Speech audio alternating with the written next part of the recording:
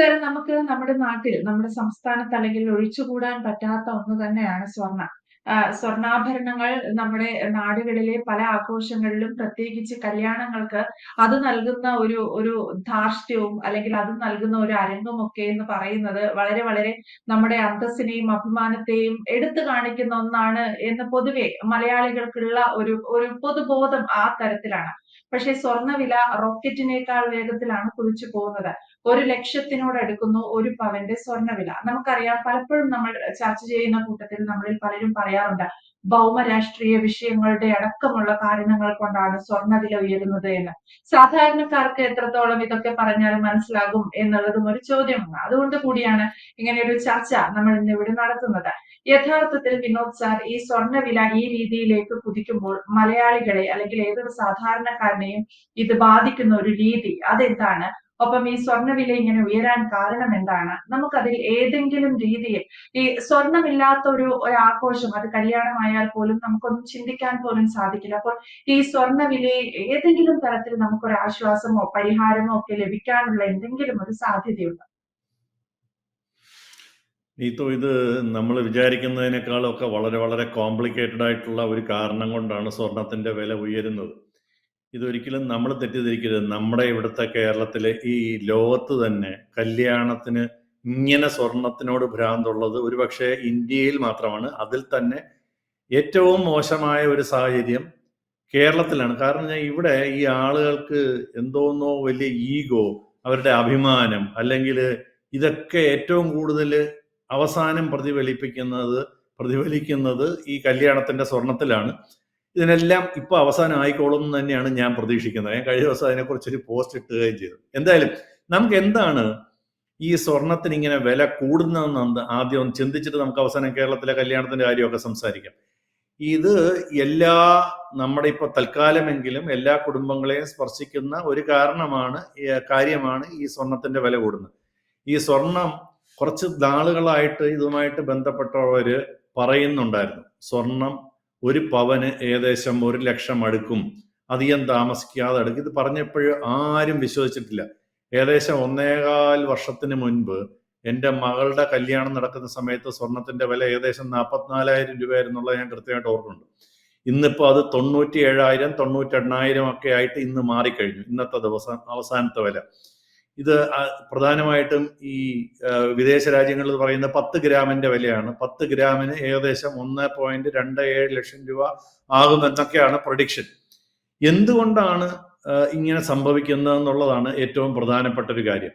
ഒന്ന്, ഈ ലോകത്ത് അനിശ്ചിതാവസ്ഥ വരുന്ന എന്ത് സാഹചര്യം ഉണ്ടായാലും സ്വർണത്തിന് വില കൂടും. അത് യുദ്ധങ്ങളാകട്ടെ, അല്ലെങ്കിൽ ചില ഭാഗത്ത് ഇപ്പോൾ ഈ മിഡിൽ ഈസ്റ്റ് പോലുള്ള സ്ഥലത്ത് ഒരു ഫുൾ ഫ്ലെജ്ഡ് യുദ്ധം അല്ലെങ്കിൽ പോലും വലിയ തോതിലുള്ള സംഘർഷങ്ങളാകട്ടെ, സാമ്പത്തിക പിരിമുറുക്കങ്ങളാവട്ടെ, സാമ്പത്തിക അനിശ്ചിതാവസ്ഥയാകട്ടെ, ഇപ്പോഴൊക്കെ നിക്ഷേപകർ എന്ന് പറയുന്ന ഒരു വിഭാഗമുണ്ട്. ഇവരാണ് സ്വർണത്തിന്റെ വില ശരിക്കും കൂട്ടുന്നത്. ഈ നിക്ഷേപകര് സ്വർണത്തിലേക്ക് തിരിയും. ഇത് ഒരിക്കലും ഈ നിക്ഷേപകരെന്ന് പറയുമ്പം ആഭരണം ഉണ്ടാക്കി വീട്ടിൽ മേടിച്ച് വയ്ക്കുന്നതായിട്ട് തെറ്റിദ്ധരിക്കരുത്. അത് ആദ്യമേ പറയാൻ ഞാൻ ആഗ്രഹിക്കുന്നു.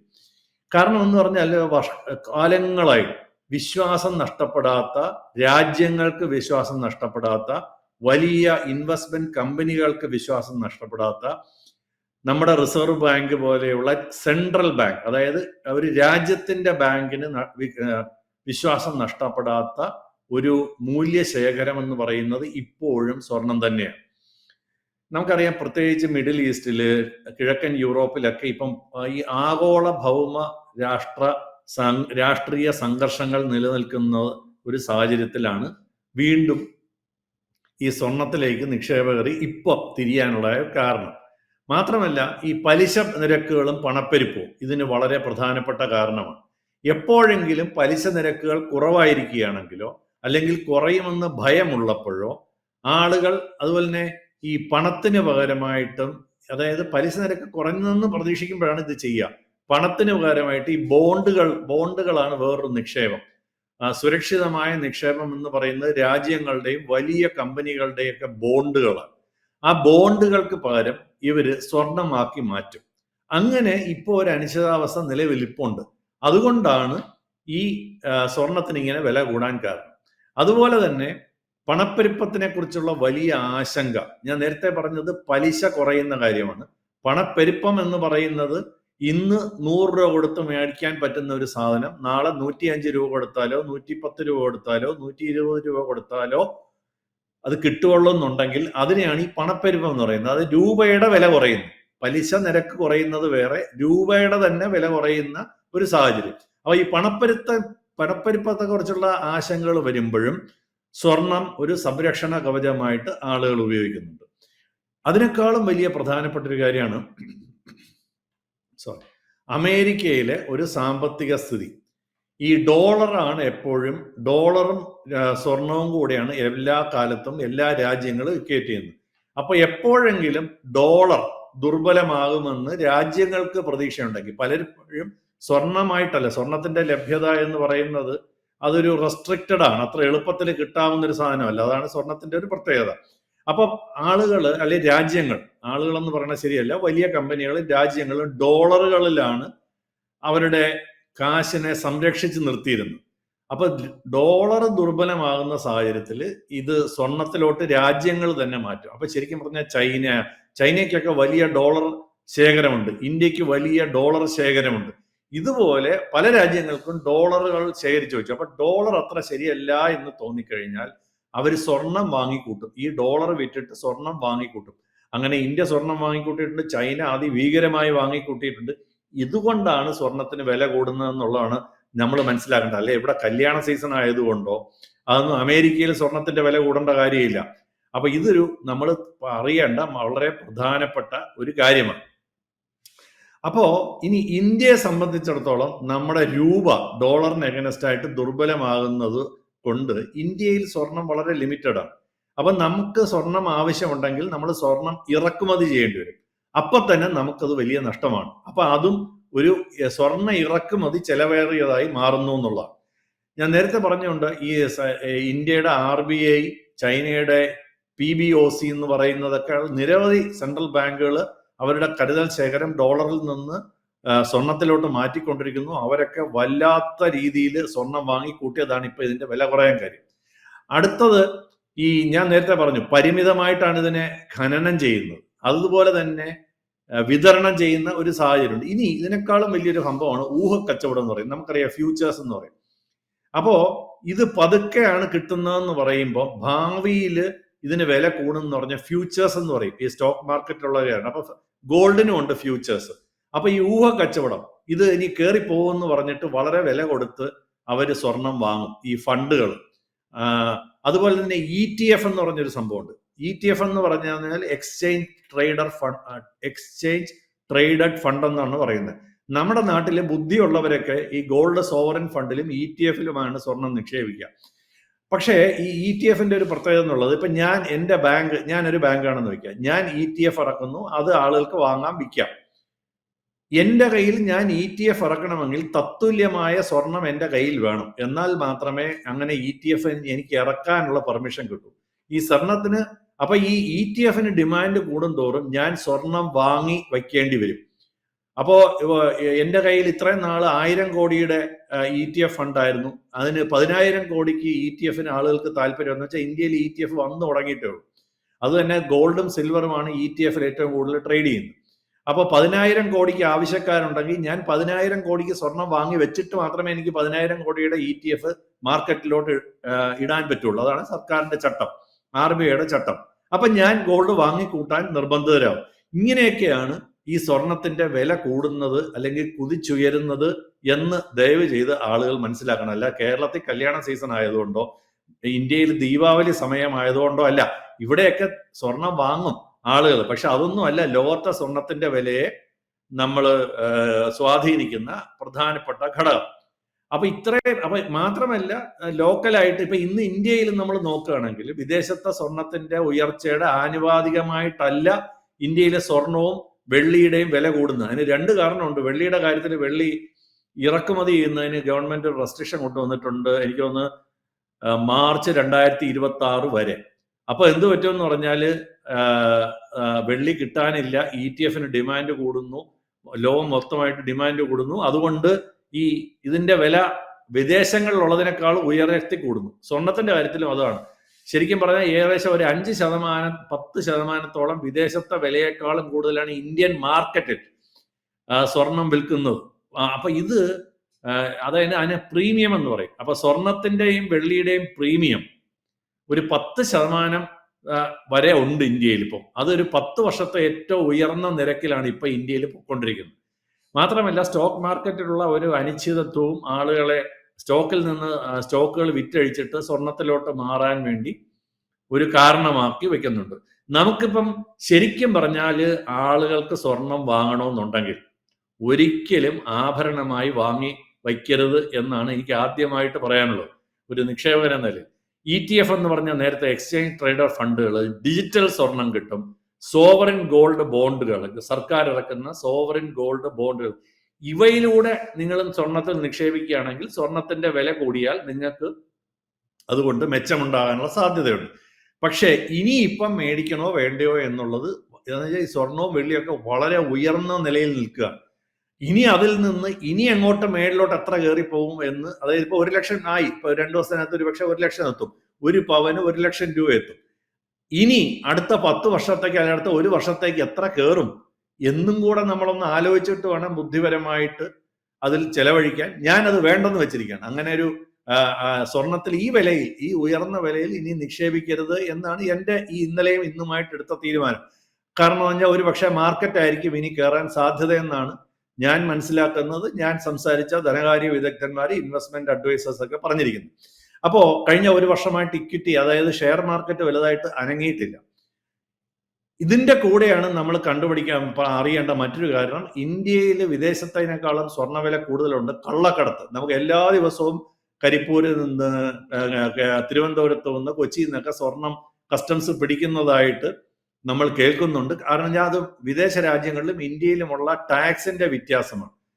അപ്പൊ അതുകൊണ്ട് ഇവിടെ വില കൂടുതലാണ്. അതുപോലെ തന്നെ അനൗദ്യോഗിക വ്യാപാരവും നടക്കുന്നുണ്ട്. ഈ ടാക്സ് വെട്ടിക്കാൻ വേണ്ടി കള്ളക്കടത്തായിട്ടും ഒക്കെ വരുന്നുണ്ട്. അതുകൊണ്ടാണ് നമ്മുടെ കേരളത്തിലാണ് ഇതിന്റെ ഏറ്റവും വലിയ ഇത് പിടിക്കുന്നത്. കാരണം ഈ സ്വർണത്തിനോടുള്ള ഭ്രാന്ത് ഏറ്റവും മൂത്തു നിൽക്കുന്നത് കേരളത്തിലാണ്. അത് തന്നെ സ്വർണ്ണാഭരണങ്ങളോടുകൂടിയാണെന്നുള്ളതാണ് എൻ്റെ ഏറ്റവും വലിയ ദുഃഖകരമായ സത്യം. ഇനി അതുകൊണ്ടൊരു മെച്ചം ഉണ്ടായിട്ടുണ്ട്. ഒരുപക്ഷെ കേരളത്തിലെ വീടുകളിൽ സ്വർണം ധാരാളമായിട്ടുണ്ടാകും എന്ന്. പക്ഷെ അതുകൊണ്ട് എന്ത് പ്രയോജനം എന്നുള്ളത് നമുക്കൊരു ഉറപ്പ് പറയാമെന്നുള്ളതല്ലാതെ പൊതുവെ സ്വർണം വിൽക്കാൻ അത്ര എളുപ്പമല്ല. നിങ്ങളിപ്പോൾ പരസ്യം നമ്മൾ നോക്കിക്കഴിഞ്ഞാൽ ഇപ്പൊ അടുത്ത കാലത്തായിട്ട് സ്വർണം വിൽക്കാൻ നിങ്ങൾക്ക് ബുദ്ധിമുട്ടുണ്ടോ, ഞങ്ങൾ വിറ്റ് തരാം എന്ന് പറഞ്ഞൊരു കമ്പനി പരസ്യം ചെയ്യുന്നുണ്ട്. അതിന്റെ അർത്ഥം തന്നെ എന്താണ്? സ്വർണം കടയിൽ ചെന്ന് വിൽക്കാൻ അത്ര എളുപ്പമല്ല എന്നുള്ളത് കൊണ്ടാണ്.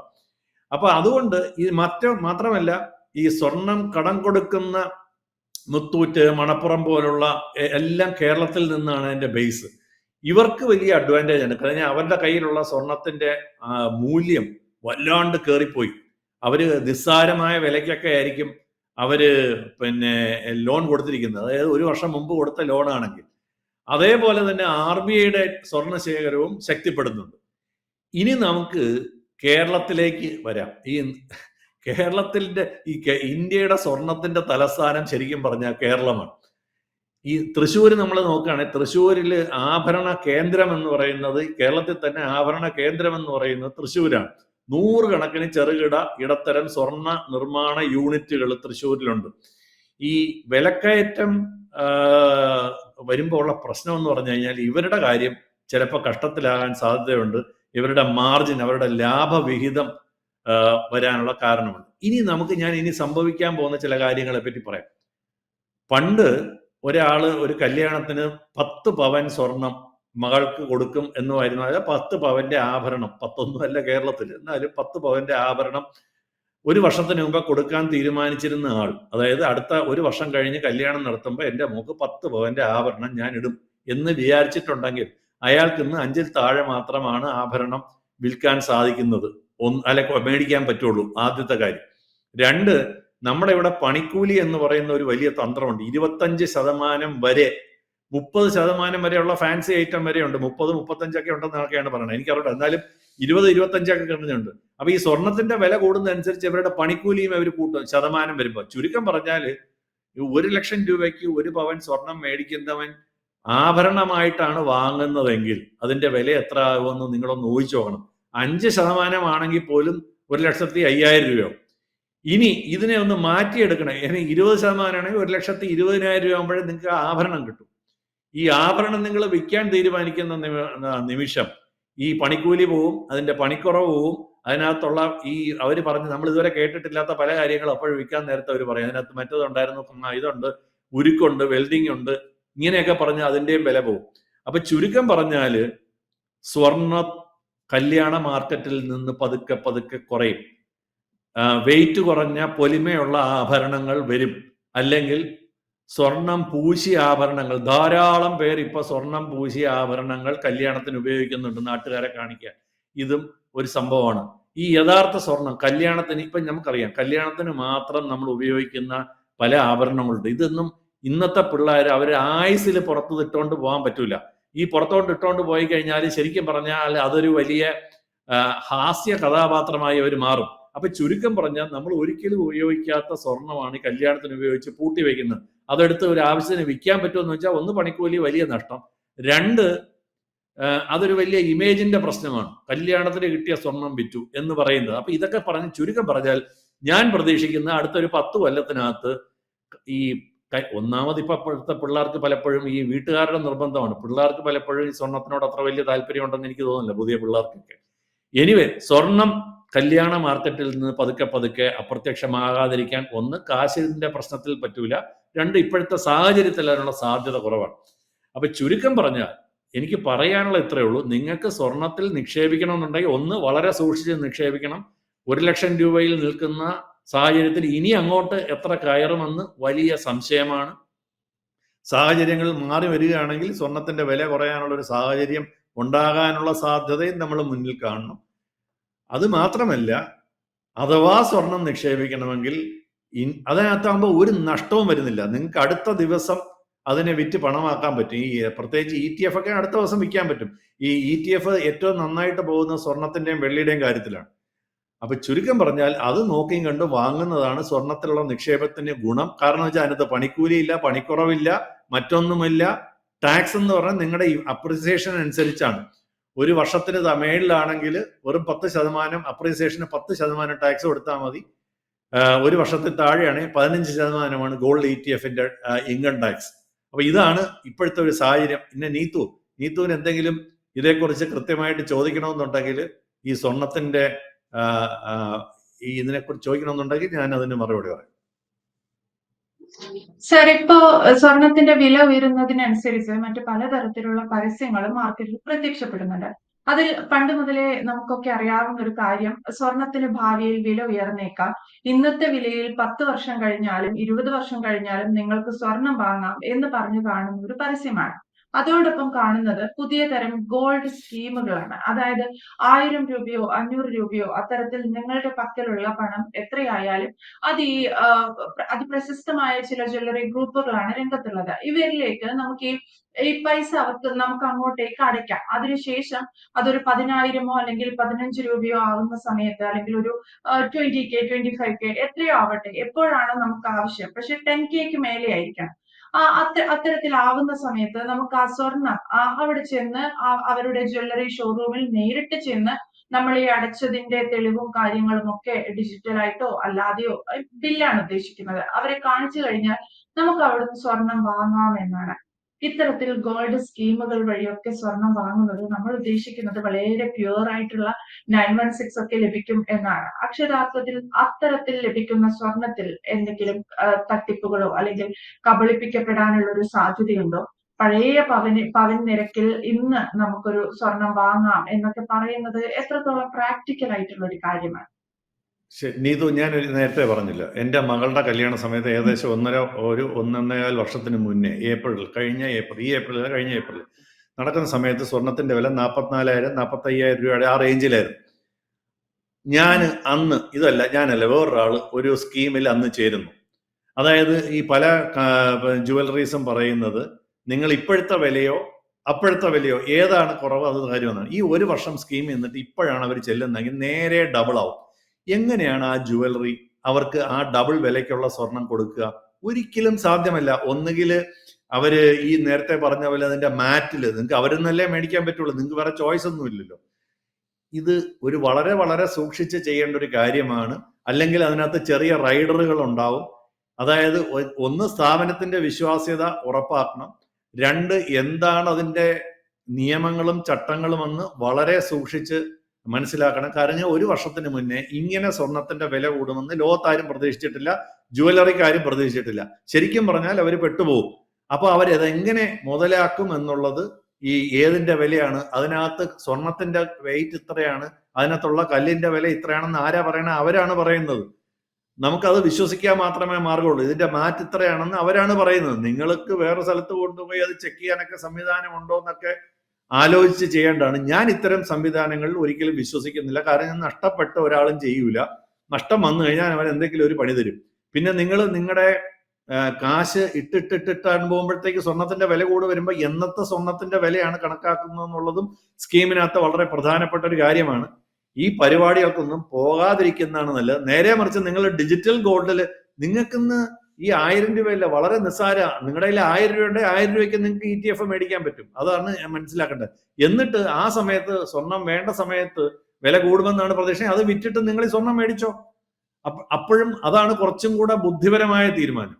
സ്വർണ്ണാഭരണം വാങ്ങാതിരിക്കുന്നതാണ് ബുദ്ധി. സ്വർണ്ണാഭരണം വാങ്ങി മക്കൾക്ക് കൊടുക്കുന്നത് പണിക്കൂലി ഉൾപ്പെടെ നഷ്ടമാകും. അവർക്കത് ശരിക്കും പറഞ്ഞാൽ ഒരു പ്രസ്റ്റീജ് ഉള്ള കുടുംബം ഒരിക്കലും കല്യാണത്തിന് കിട്ടിയ സ്വർണം വിൽക്കത്തില്ല. അപ്പൊ ചുരുക്കം പറഞ്ഞാൽ നിധി കാക്കുന്ന ഭൂതം പോലെ ഒരിക്കലും ഉപയോഗിക്കാത്ത ആഭരണങ്ങൾ, അതൊന്നും ഈ കല്യാണത്തിനെടുത്ത ആഭരണങ്ങളൊന്നും പുറത്തിട്ടുകൊണ്ട് നടക്കാൻ പറ്റത്തില്ല. അത് വലിയൊരു അബദ്ധമാണ്. കല്യാണത്തിൽ നിന്ന് സ്വർണം അപ്രത്യക്ഷമാകുമെന്നാണ്. ഒരു 10 വർഷം അല്ലെ 15 വർഷം ഇത് കഴിഞ്ഞാൽ പുതിയ പിള്ളേരാരും ഇതിനെ പുറകിൽ ആരും ഓടാൻ പോണില്ല. അതൊരു അബ്സല്യൂട്ട് വേസ്റ്റ് ആയി മാറും. നിങ്ങൾക്ക് സ്വർണം എന്ന് പറയുന്നത് നിക്ഷേപമായി ഉപയോഗിച്ചോളൂ, അതിനകത്ത് ഒരു തെറ്റുമില്ല. നിങ്ങൾക്ക് സ്വർണത്തിന്റെ വില കൂടിക്കൂടി വരുമെന്നാണ് പ്രതീക്ഷിക്കുന്നതെങ്കിൽ സ്വർണത്തിൽ ഡിജിറ്റൽ ഗോൾഡിൽ നിക്ഷേപിച്ചോളൂ, കുഴപ്പമില്ല. പക്ഷെ അപ്പോഴും ഞാൻ വാണിംഗ് പറയുന്നു, ഏതോ ഒരു 5-6 വർഷങ്ങൾക്ക് മുൻപേ ഏകദേശം 8-10 വർഷം സ്വർണത്തിന്റെ വില ഒരേ കണക്കിന് നിന്നിരുന്നു. ആ സാഹചര്യം ഇനിയും ഉണ്ടായിക്കൊടുന്നൊന്നുമില്ല. അപ്പൊ അതുകൊണ്ട് വളരെ സൂക്ഷിച്ച് ചെയ്യേണ്ട ഒരു കാര്യമാണ് സ്വർണത്തിലുള്ള നിക്ഷേപം. ഞാൻ തൽക്കാലം വേണ്ടെന്ന് വെച്ചിരിക്കുകയാണ്. ഈ വിലയിൽ ആലോചിച്ചിട്ട്, ഇന്നലെയും മെനഞ്ഞാന്നൊക്കെ ആയിട്ട് ആലോചിച്ചിട്ട് അത് ചെയ്യണ്ട എന്നാണ് ഞാൻ തീരുമാനിച്ചിരിക്കുന്നത്. അതും കൂടെ പറഞ്ഞ് അവസാനിപ്പിക്കാം. ബാക്കി നിങ്ങൾ യുക്തം പോലെ ചെയ്യുക. അതാണ് നീതു ഇതിനെക്കുറിച്ച് എനിക്ക് പറയാനുള്ളത്. യെസ്, അതാണ്. എന്തായാലും വിനോദ് സാർ പറഞ്ഞതുപോലെ സ്വർണത്തിൽ നിക്ഷേപം നടത്തുന്നവർ അത്തരക്കാരൊക്കെ ഒന്ന് ശ്രദ്ധിക്കുക, സൂക്ഷിച്ച് കൈകാര്യം ചെയ്യുക എന്നുള്ളതാണ്. 1 ലക്ഷത്തോടടുക്കുന്നു കേരളത്തിൽ സ്വർണത്തിന് 1 പവന് എന്നുള്ളത് വളരെ വളരെ ഞെട്ടിക്കുന്ന ഒരു വാർത്ത തന്നെയാണ്. കേരളത്തിൽ അല്ലെങ്കിൽ ഇന്ത്യയിൽ എന്ന് മാത്രമല്ല, മിഡിൽ ഈസ്റ്റിൽ ഒട്ടാകെ നമുക്കറിയാം, ചരിത്രത്തിലെ ഏറ്റവും വലിയ റെക്കോർഡ് നിലയിലാണ് UAE-യിൽ പോലും ഇപ്പോൾ സ്വർണത്തിൽ വ്യാപാരം പുരോഗമിക്കുന്നത് എന്ന വാർത്തകളും പുറത്തു വരുന്നുണ്ട്. 500 ദിർഹം ഒക്കെയാണ് അവിടെയും ഗ്രാമിന് പോലും കണക്കാക്കുന്നത് എന്നത് ഞെട്ടിക്കുന്നതാണ്. എന്തായാലും വ്യക്തമാണ്. Thank you Vinod sir. കൂടുതൽ വാർത്തകളും വിശേഷങ്ങളും നിങ്ങളിലേക്ക് എത്താൻ ABC മലയാളം സബ്സ്ക്രൈബ് ചെയ്യുക, ബെൽ ബട്ടണും അമർത്തുക.